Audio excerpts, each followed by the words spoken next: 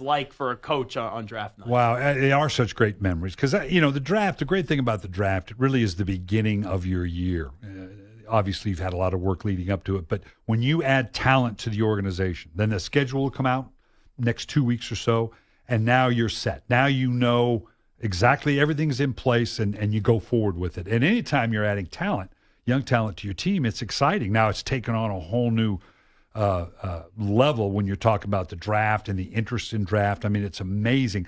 There'll be close to 60 million people watch the draft over the three networks over the next 3 days. There could be upwards of 15 million people watching tonight in the first round. Now, keep in mind that 15 million will outdraw NBA and NHL playoff games, Major League. I mean, the interest in it, and so the fans, whether it's because of fantasy or whatever, you're adding that talent to it. Everybody knows about the players. Everybody knows about everything. It's an exciting time.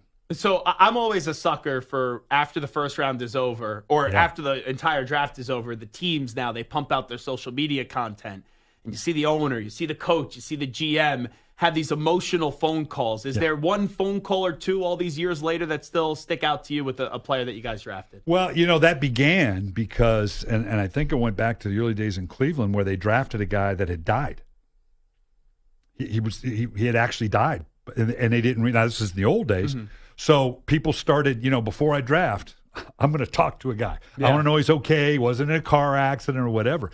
But that too is an emotional time because you, particularly whether it's the first round pick, which everybody sees and watches, they're in the green room or whatever, or later guys that have waited now, second round, third round. Am I going to get the call? So when you make those calls to the sixth round guy, or the late second round guy, the third round guy, the fourth round guy, that's when it really gets exciting because now they've waited. They weren't sure how high they were going to go.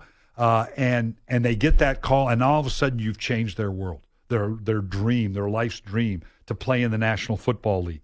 And it becomes real to them. Now, whether they make the team or not, that's a whole nother thing. But that's an exciting call. Talking to Brian Billick right now. All right, let's get to the quarterbacks. I have to do these commentaries that aired at all of our stations around the country, and the commentary I did today was, it feels like 95% of the time with the draft, all we talk about are quarterbacks. When you look at Caleb Williams, he's going to be the number 1 overall pick. He has the task of changing the Bears franchise. The Bears finally getting right their franchise quarterback. What do you see with Caleb Williams? Just like Justin Fields, right? I mean, he was going to be that guy. The view I have on the quarterbacks, there's absolutely no reason. This is a talented field. And there's absolutely no reason these guys shouldn't be good pros. The fact of the matter is, half of them are going to fail. That's just the history of it. And it's a 50-50 proposition. Now, it's above my pay grade to tell you which of these guys are going to be successful and which one aren't. They all have the basic abilities to be good. The film supports it. A lot of it has to do with where they go, how they developed. But at the end of the day, do they have that ability that translates into the NFL? And you don't know until you get them. Yeah, I had one scout tell me the most difficult thing is of the 350 some odd throws a player might make in a given year, only about 15 to 20% are NFL throws, throws that you can look at and say, yes, these are throws he's going to make or have to make in the NFL. So by that number, you look at it, and so you're deciding on whether to put your franchise, your future, on the line by taking a guy in the first round on about 50 throws. Is that enough to extrapolate? And sometimes sometimes no. There's absolutely no reason these guys across the board shouldn't be good pros, but half of them are going to fail. So with what you just said about the film, which I think it's fascinating, and right, you got to coach a team during the season. You have other people doing the scouting and trying to figure out who's the best and all that.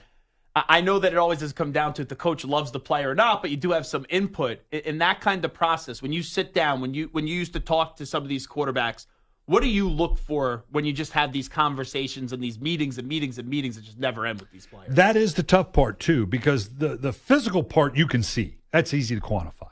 Okay, yeah, he's got this kind of arm strength. He can run around. He can do this, has this kind of vision. But it's that temperament. And they're all very, these typical quarterbacks are going to be strong personalities. You can see the good natural leadership in them.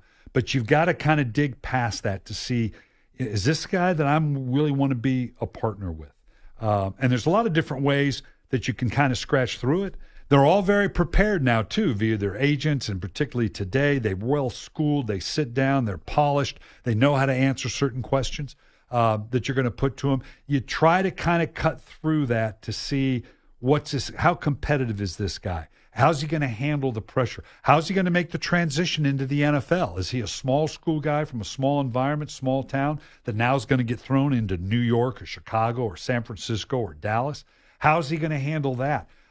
That's a lot, and particularly with a limited amount of time, particularly as the coach. I may only have, a small window to visit with the guy. That's where you really got to count on your coaches, or I should say your scouts, to have done their homework, to have done the background on the guy, talk to family members, friends, other teammates, the equipment guy, just to find out what kind of guy is this, what's he really like, what is his character, because that's going to affect his ability to succeed as much as anything physically. Nowadays, as we're joined in the studio on the Zach Gelb Show by Brian Billick, the running and the mobility part of the quarterback position is so important. Like, before the season, everyone said Caleb Williams, Drake May going to be 1-2. Now, Drake May has athleticism, he has mobility, but then Jaden Daniels goes out there and he rushes for 1,100 yards and tosses 40 touchdowns, and boom, it's expected Daniels is going to go 2 tonight and May is going to go 3. How much of an importance now do you put on it for guys running the football out of the quarterback position? Well, that's two different questions, running the ball versus athleticism. In today's game, you have to have a certain athleticism, the ability to work within the pocket, the ability to extend plays, not necessarily maybe running the ball, but getting outside the pocket, throwing off a platform, being able to perform outside of that pristine pocket, that ability to just sit. Like Mahomes, like he runs pretty much sideline to sideline. Correct. He's not usually running down the field. And he's a perfect example because he's a guy that can also hurt you running the ball down the field. But we do have a lot of quarterbacks that element, that ability to run the ball, it's important because it's an adjunct. The question is, but can he beat you from the pocket? Now, maybe he's a good enough runner. Lamar Jackson's a perfect example. Mm-hmm. But you got to buy into that. You got to say, okay, we're comfortable with him running the ball 150, 160, 170 times. That's a non-traditional view because can he last? Can he stay healthy enough? So the running quarterback, that's a nice adjunct, but the athleticism within the pocket is more important. And these guys have that. Joe Burrow is an excellent athletic quarterback. Now, he's not going to run 70, 80 times and put a bunch of yards on it, but he can move around the pocket. Aaron Rodgers is one of the most athletic and gifted moving within the pocket and extending the play, because that's what you're really doing. You're breaking down a defense and extending the play by buying time, by moving around the pocket. So that athleticism is an absolute premium. The old, stable, straight-legged, stiff quarterback, those days are gone, clearly. There has to be a certain amount of athleticism. But does that make Jaden Daniels a better quarterback, a more productive quarterback, because he adds those running yards than the guys that are athletic but do it more within the pocket? That's a good question. Then the other question is, okay, but can he stay healthy?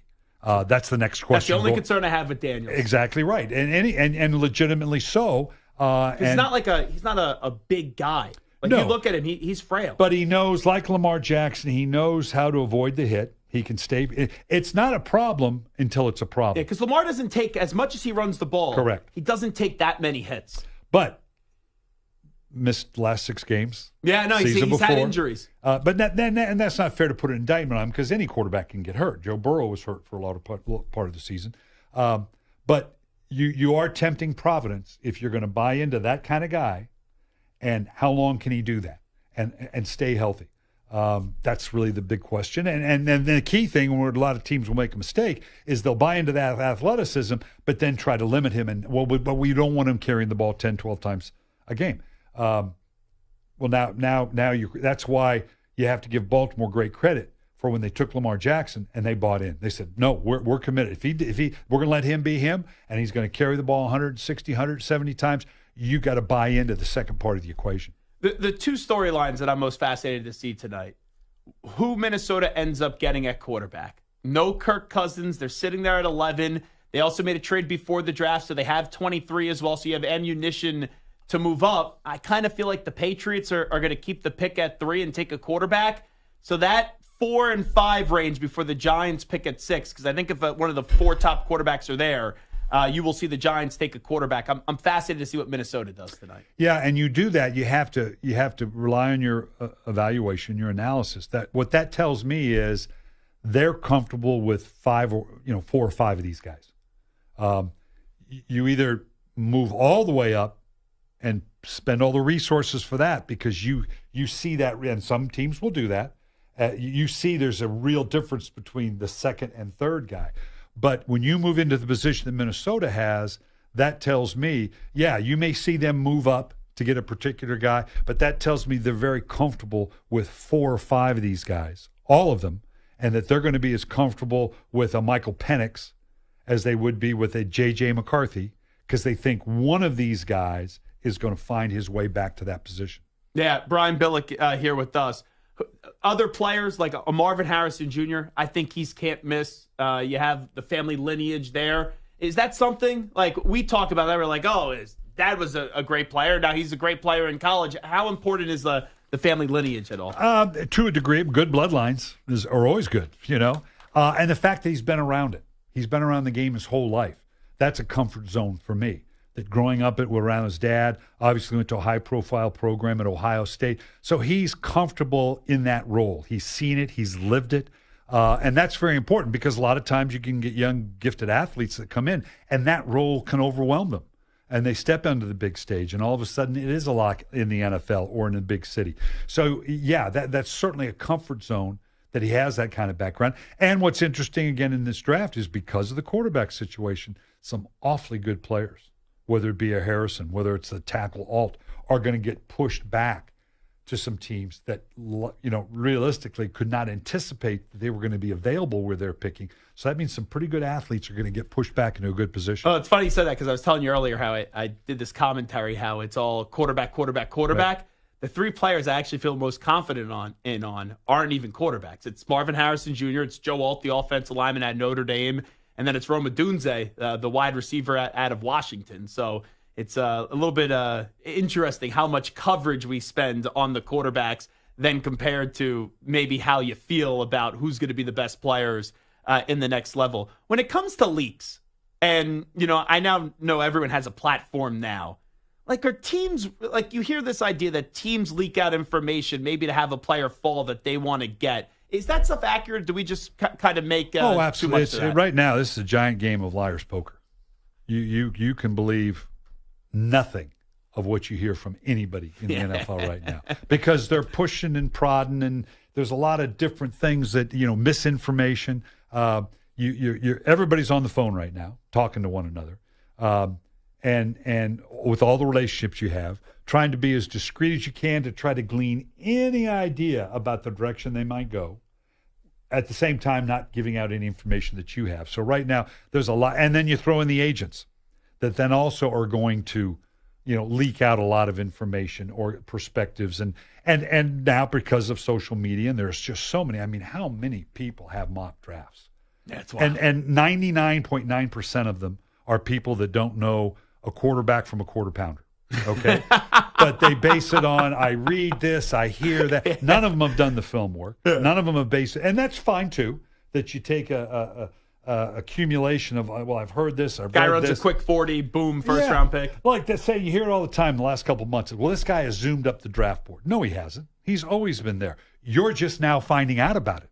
The draft gurus and the guys that put these mock drafts together are just now becoming aware of guys that the clubs have known all along how good they were, where they were going to rank. That board has been set for a long time. Now, there are some people out there that do an outstanding job. Daniel Jeremiah, who's the NFL Network. Great. Daniel worked for us in Baltimore. He is outstanding. Mike Mayock used to be outstanding because they do the work. Charles Davis is one of the smartest guys I've ever been around. He sees the college game. He's been around. So there are a lot of guys out there that do put in the work and have a great perspective. The majority of people, and that's fine too, it's fair enough. It's fantasy football. They're just trading on, I read this, I read that, I saw this, I saw that written, and put out, this is how I see it. Well, and that's fair. That's great. It's exciting.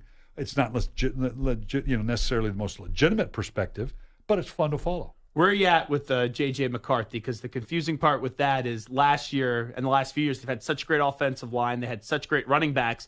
They didn't need to throw the ball 30, 35 times a game. Anytime you take a quarterback from a program that is that dominant, it's a little bit of a concern because he is surrounded by great talent. Now, you don't nix him for that necessarily. And J.J. McCarthy did what they told him to do, and it won a national champion. Has his whole career.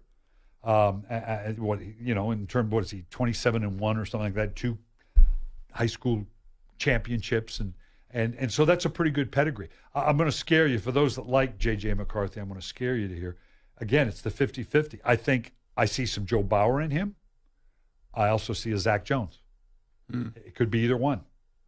Is he that system quarterback with some great people around him? Now, certainly Bowers came out of tremendous talent at LSU, but where I don't know. He has all the physical tools, seems to have the right demeanor. He's got the pedigree. There's no reason, absolutely no reason why he shouldn't come in and be a great pro. I said the same thing about Zach Jones. Wrap it up with Brian Billick. Tell me what you're doing about with Signal Relief today. This is the people need to check this out. You need to go to signalrelief.com. This is the next step in pain mediation. It really is. It's a phenomenal product. It's reusable. You put it where you need it. It's not an icy patch or a TINS patch. It's no goo, no ointment. It works with the electrical signals in your body, hence Signal Relief. I mean, pain is nothing more than an electrical signal to your brain. We say put it between the brain and the pain. It mitigates that signal, allows you to get and rehab through. Motion is medicine. The more you do, the better you feel. You can work through that intermittent pain that we always have. I love golf. I play 18 holes of golf, my lower back. Okay, I put it on my lower back or actually just above it. Now it allows me to do those other things, to rehab, to push past that pain, because that's where the real rehab comes from, pushing past the pain, working the joint, working the muscle. Go to signalrelief.com. Check it out. Check out the science behind it. It's brilliant. It makes sense. It's the next wave of technology that you can use in putting you back in the game. Like I said, it's reusable up to a year, so it's very affordable. You put it where you need it. It's 100% money-back guarantee. Go to signalrelief.com, put in promo code COACH. You get 20% off. People with whatever intermittent pain or serious pain need to check this out, Signal Relief. The last thing I want to ask you, so you have the Bengals who have a Super Bowl window. You have the 49ers, obviously, a Super Bowl window. Brandon Ayuk wants a new contract. There's been trade talk. T. Higgins on the franchise tag. He's demanded a trade.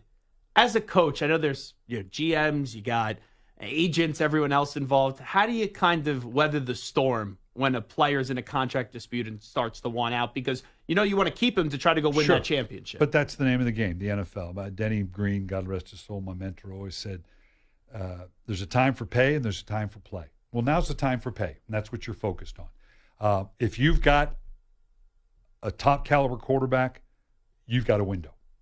And there's going to be transition in players. The great ones will absorb and raise the level of the other players around them. You got to know you can't pay everybody. The pie is only so big. And so at the end of the day, that's the price you're going to pay, particularly if you have a good quarterback that extends that window, which means you've got a pretty good window right now to work through. You're going to go through a number of iterations on your team, and that's just the way it is. You got to rely on your system that got you that good player. Well, we can get another good player because at the end of the day, you can't pay everybody. So you wouldn't be heartbroken if, let's say, Higgins or Ayuk get traded tonight? You hate to see talent walk out the building. You hate to see good players, good guys walk out the building. But that's the nature of the league. The business, yeah. Yeah, and like Dan Rooney used to say, Mr. Rooney years ago said, I don't mind overpaying for a good player. I just don't want to overpay for a bad player. Yeah. And the hardest thing, and it's the hardest thing because you've worked and you've been through the baptism of fire with these players, and you can't pay for past performance. It's the toughest part. You can only pay for performance going forward, and that's where, because you want them to be a part of the team, but you got to keep that in mind. You got to pay for what is on the horizon, not what happened before. You think Belichick is coached his last game? That's hard to imagine. That's all this guy's ever done. There's going to be some team that recognizes that experience suits them. It's not for everybody, because regardless of what they say, at the end of the day, it's going to be Bill Belichick's show. So it's going to be a unique owner and a general manager that brings that on, knowing that at the end of the day, we answer to him. And whether they're willing to do that or not, he certainly has the pedigree. He's a lifer. It's all he's ever done. Everyone says, a lot of people are saying the Cowboys, but Jerry Jones runs the show there. That will be an interesting marriage. Now, Jerry Jones will make that deal if he thinks he can win and that they'll work it out. But those two personalities, that would be worth the price of admission. We'll have to wait and see the rest of the story on that one.